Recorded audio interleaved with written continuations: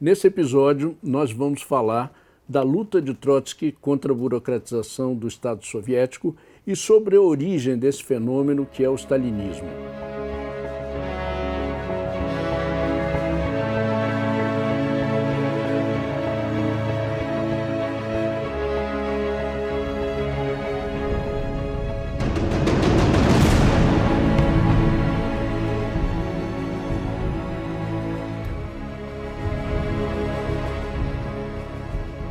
Depois da Guerra Civil, começam os primeiros sintomas da burocratização do Estado soviético. Isso vai resultar como produto no stalinismo, que sempre foi identificado pela burguesia mundial como sendo o produto inevitável da Revolução Russa. Mas nós temos então que investigar o que foi e o que produziu o stalinismo. Será que o stalinismo era mesmo um produto inevitável da Revolução Russa? Trotsky foi quem melhor explicou esse fenômeno e também foi quem melhor lutou contra ele. O que o Trotsky dizia sobre a burocratização? Ele explicava que o fenômeno de burocratização da União Soviética vinha de um contexto internacional e nacional. Tanto a situação internacional como a situação do Estado soviético haviam mudado. A maré revolucionária, que durou de 1918 a 1921, tinha terminado em derrotas da Revolução, tanto na Alemanha, na Hungria, na Itália e outros países da Europa. A União Soviética estava isolada, um Estado operário cercado por potências imperialistas totalmente hostis. Se houvesse uma revolução vitoriosa na Alemanha, por exemplo, isso teria mudado completamente essa situação. Nós teríamos uma cooperação entre a Alemanha, um Estado muito mais desenvolvido, e o Estado operário soviético. Possivelmente, esse fenômeno da burocratização nem teria ocorrido. Como vimos no episódio anterior sobre o modo de vida, a União Soviética era um país tremendamente atrasado culturalmente, que necessitava de pessoal especializado para reerguer a economia do país. Estamos falando de engenheiros, de médicos, de professores, de técnicos. Esse pessoal era absolutamente ausente. Foi preciso, então, buscar todo esse corpo técnico entre aqueles antigos funcionários do Império Russo. Por outro lado, a necessidade de reerguer a economia do país levou o governo soviético a permitir temporariamente o desenvolvimento de uma economia de mercado. Foi permitida a livre comercialização do excedente agrícola, a atividade dos pequenos comércios e também das pequenas indústrias. Isso foi chamado de nova política econômica, ou seja, NEP. Os técnicos, os funcionários do antigo regime e também aqueles indivíduos que se enriqueceram com a NEP, que eram chamados de NEPmen, buscaram logo uma representação política. E a única possibilidade de ter uma representação política era participar no interior do Partido Bolchevique, que era o único partido existente. À direita, os reformistas e os stalinistas dizem que o que os bolcheviques queriam desde o princípio era um partido único. Nada mais falso, isso é uma bobagem e uma calúnia. A história é outra, totalmente diferente. Depois da Revolução de Outubro de 17, os mencheviques, os socialistas revolucionários e outros grupos políticos participavam dos soviets, tinham seus jornais legais e atuavam politicamente na legalidade. No entanto, poucos meses depois de outubro, os socialistas revolucionários de esquerda, descontentes com o Tratado de Brest-Litovsk, tentaram um golpe contra o governo bolchevique e realizaram um atentado contra a vida de Lenin. Pior ainda, durante a Guerra Civil, a maior parte dos socialistas revolucionários de direita e os mencheviques aderiram aos exércitos brancos e pegaram em armas contra o governo bolchevique.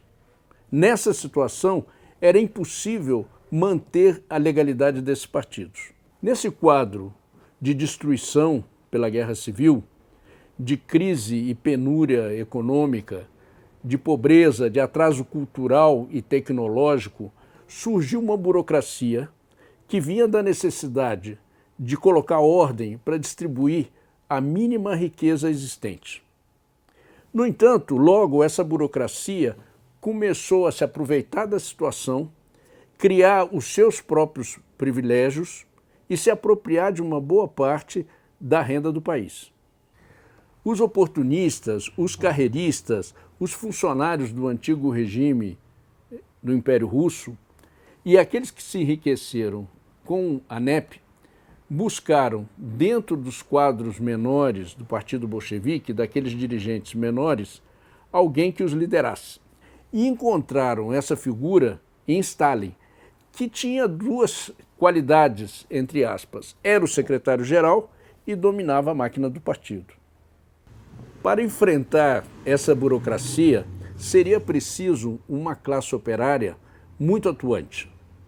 No entanto, uma grande parte dos operários mais combativos havia morrido na Guerra Civil. Foram mais de 1 milhão. E a classe operária, já em 1920 e 21, era outra classe operária, formada por camponeses que tinham vindo recentemente para as cidades. Mas ligado a isso, e talvez tenha sido o motivo mais importante, havia uma queda na vida interna do partido. Devido à grave situação do país, que exigia o máximo de disciplina e unidade, os líderes bolcheviques tiveram que proibir temporariamente a existência de frações e tendências no interior do partido. Isso era visto por todos como uma situação momentânea, mas depois foi utilizado pelos dirigentes burocratas que se apoderaram da direção do partido para acabar com a democracia partidária. A conclusão de Trotsky, então, era que o fenômeno da burocratização era um fenômeno objetivo, social e econômico. Foi o resultado do isolamento internacional da União Soviética, da destruição econômica provocada pela Guerra Civil e do atraso tecnológico e cultural que permitiram que essa burocracia se apoderasse do Estado soviético. Mas, na verdade, não foi Trotsky, e sim Lenin, o primeiro a alertar sobre a burocratização e a tomar medidas contra esse processo. Lenin propôs e constituiu um órgão do Estado específico para combater a burocratização. Se chamava Inspeção Operária e Camponesa. No entanto, o chefe desse organismo era Stalin e, logicamente, esse combate fracassou. Lenin também tentou fazer uma depuração de todos os carreiristas que tinham entrado no Partido Bolchevique. Ele cunhou uma frase famosa em que dizia: é melhor pouco, mas bom. Ele buscou também enfrentar a posição de Stalin em relação às antigas nacionalidades do Império Russo, como a Geórgia, que basicamente era uma posição que não respeitava a autodeterminação dessas nações, ou seja, a mesma posição opressora do czarismo. Mas essa batalha de Lenin ficou enfraquecida porque ele caiu doente em maio de 1922. E logo em seguida foi substituído por uma troika, chamada troika, um triunvirato de 3 dirigentes do partido: Zinoviev, Kamenev e Stalin. Os Zinoviev e Kamenev foram aquele setor que tinha se oposto à tomada do poder em outubro. Tá? Mas isso já era outra coisa nessa época. Mas depois eles foram, digamos assim, perdoados porque eles participaram da Guerra Civil, participaram do governo... Centralizaram. Mas eles sempre tiveram uma posição oportunista. Para ter uma ideia, eles cometeram quase uma traição. Lenin pediu a expulsão deles do partido 2 vezes. Uma vez porque eles denunciaram a organização da insurreição de outubro, e outra vez porque eles renunciaram ao governo soviético, eram comissários do povo do governo soviético, e eles renunciaram, vários dirigentes, eles 2, Nogin e outros. Tá? E isso foi considerado uma traição. No meio da confusão dos primeiros dias da Revolução, os caras renunciaram. Depois eles se enquadraram, né? Mas ali eles fizeram essa aliança com Stalin. E se rebentaram, né? Porque depois Stalin passou uma rasteira neles violenta. Apesar da doença, o Lenin continuou a sua batalha. Ele propôs uma aliança com a Trotsky para enfrentar a ala burocrática do partido dirigida por Stalin. Finalmente, Lenin, no seu testamento, recomendou que Stalin fosse removido do posto de secretário-geral do partido. Mas a burocracia, já dominando totalmente o aparelho partidário, manteve oculto esse testamento de Lenin, não só da opinião pública, mas inclusive de todo o partido. Lenin não pôde se opor a isso porque entrou na fase final da sua doença, teve um novo ataque e morreu em janeiro de 1924. Tem setores que acham que sim, outros que acham que não. De que Stalin teria sido agente do serviço secreto do czar, da Ucrânia, né? Isso foi denunciado.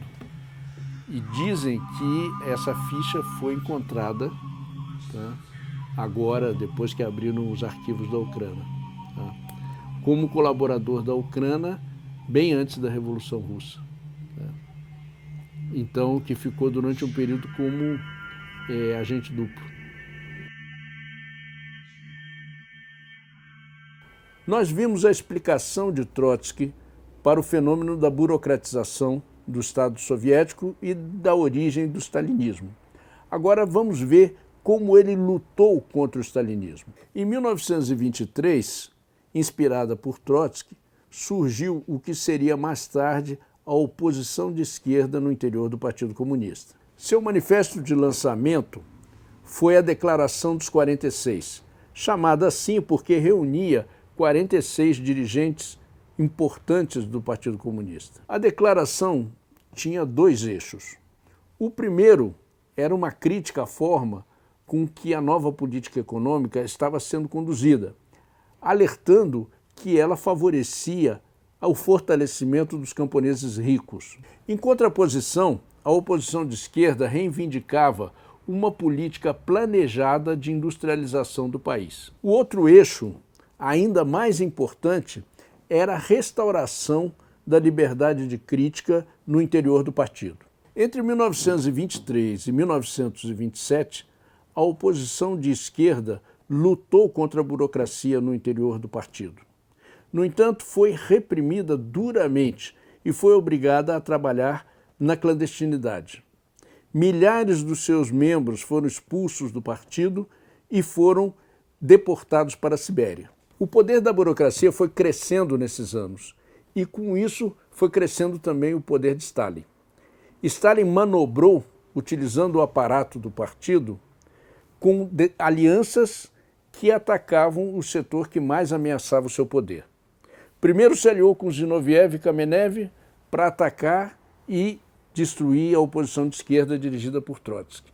Depois descartou Zinoviev e Kamenev e se aliou com Bukharin, Rykov e Tonsky, que eram os dirigentes da ala direita do partido. Finalmente, descartou também esses três e se tornou o centro do poder soviético, da burocracia soviética. Nascia, assim, o aparato burocrático que nós chamamos de stalinismo. Trotsky foi, aos poucos, sendo afastado das suas funções no Estado soviético. Primeiro do comissariado da guerra, depois do secretariado do partido, do seu comitê central e, finalmente, sendo expulso e deportado para a Sibéria em 1927. Depois, em 1929, foi expulso da União Soviética e deportado para a Turquia. O próximo episódio será daqui a 15 dias e nele nós vamos abordar as principais polêmicas entre o trotskismo e o stalinismo durante esses anos.